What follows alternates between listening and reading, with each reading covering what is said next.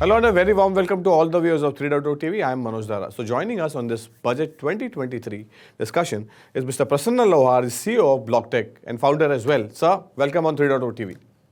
Thank you so much, Manoj. Good to be here at TOTV. So, as we're talking about Budget 2023, there are a lot of industry participants of the Web3 space that are, those are unhappy with the announcement, with the lack of announcement that has come regarding this space. So, what is your first reaction as far as the budget is concerned? First reaction, I think the way we have seen last year's budget, which was typically around Digital India momentum. And this budget talks a lot about how we are going to create a next India. Wherein next India will be embarked by clean tech, adoption of Industry 4.0, creation of skills, utilization of public infrastructure like UPI, DigiLocker, and there are further more announcements around agriculture and many more others. But considering technology, I think this budget has emphasized more on emerging technologies and making India ready for a next wave of digital adoption. Fantastic. So, since we are talking about, since you have mentioned about this budget is focusing on the broader part of and covering the outlook as well. So, there were several announcements made for the big Indian picture. Since we're talking about blockchain technology and the way forward, there were announcements that were made by the government as far as the agriculture sector is concerned. And there are a lot of states that are actually adopting blockchain technology that will help improve their productivity. What is your opinion, Prasanna ji, as far as the blockchain adoptability is concerned? I think the way this budget speaks about digital skills, how can you create a better digital skills in youth and children?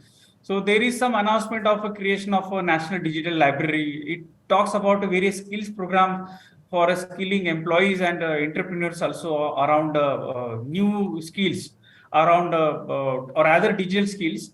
Some of the aspects around 5G, AI, IoT, and as well as while we talk about it emphasize around how can we create a better sustainable ecosystem. Example, one of the things which they announced, how can we simplify identity or how can we simplify KYC?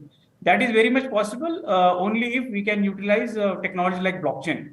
So good to see that although it was not mentioned directly blockchain, but that's the only way forward to create many more sustainable long-term ecosystems with the help of blockchain. I think certainly we could see a simplification of a KYC will really help many actors in India, and it will really help GDP and economy of a country because it takes a lot of time operations when we have not having better KYC structure. I think right digital identity, right KYC structure backed by blockchain will really help multiple industries tomorrow.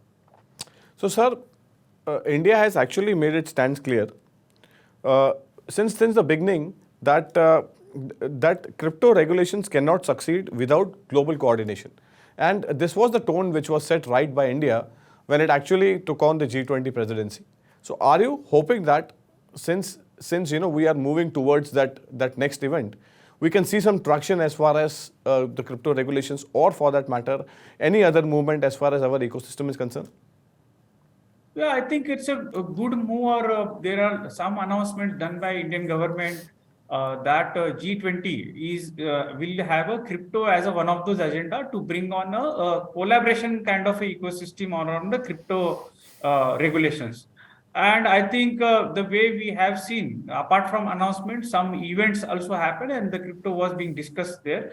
And globally also, everybody knows that crypto can become a very good ecosystem only if it is regulated worldwide, which will give clarity for all countries. Today, the clarity is there in some of those countries like UAE or Hong Kong or Switzerland, where there is a little or better calibrations around digital assets. But it has to have a better clarity globally.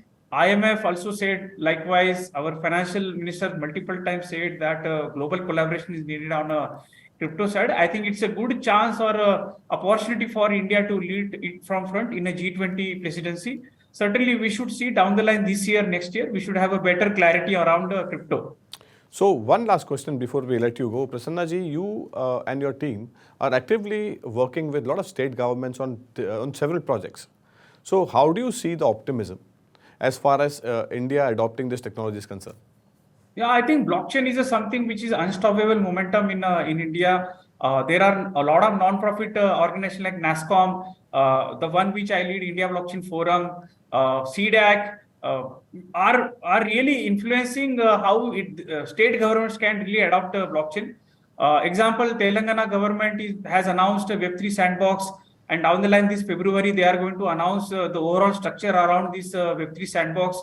So that discussion will happen. Recently, Maharashtra government is looking forward to study land registration. And I think, Manoj, I'll tell you, apart from state governments, academia, industries are now training their employees or students also how they can create a better public policy around various use cases.